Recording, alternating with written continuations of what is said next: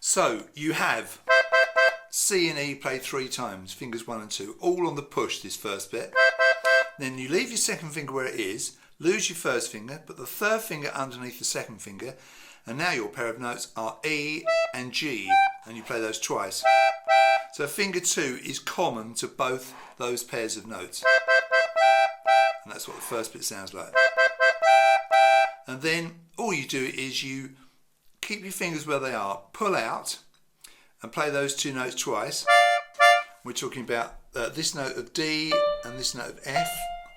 Okay, so it's buttons 7 and 8 on the pull, and then you return to buttons 6 and 7, still pulling, and that gives you 2 notes B and D.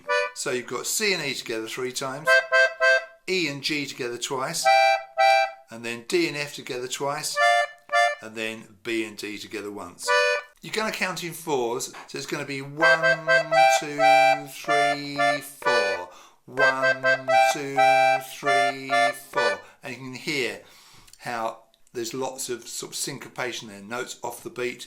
Pretty hard to count that 4 and play against that, but that's how it goes. Okay, so that's your first bar. You can also see above it C and G7, because if you've got a guitarist or a keyboard player that wants to play along with you, they can play a C major chord for the first half of the bar to accompany you, and the second half of the bar they can play a G7 or a G chord. Okay, that's just for somebody who's going to give you some backing. Let's go to our second bar, this one here. So remember, we're doing just the top stave, we're not doing the bass clef, that's the backing, we'll come back to that. Now we ended here at the end of bar 1 on buttons 6 and 7 on the pull. The notes were B and D. Now you can see that bar 2 starts with those 2 notes, and you play them 3 times. Basically what happens in this bar is the same as bar 1, but reversed. What was a push is now a pull, what was a pull is now a push. Watch.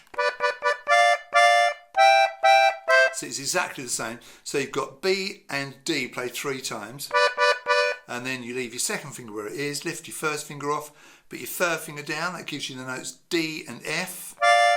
You played those in the first bar, and then you simply push in on those same buttons to get E and G, and then return to C and E. So you can see it's exactly the same thing but round the other way. Those first 2 bars sound like this.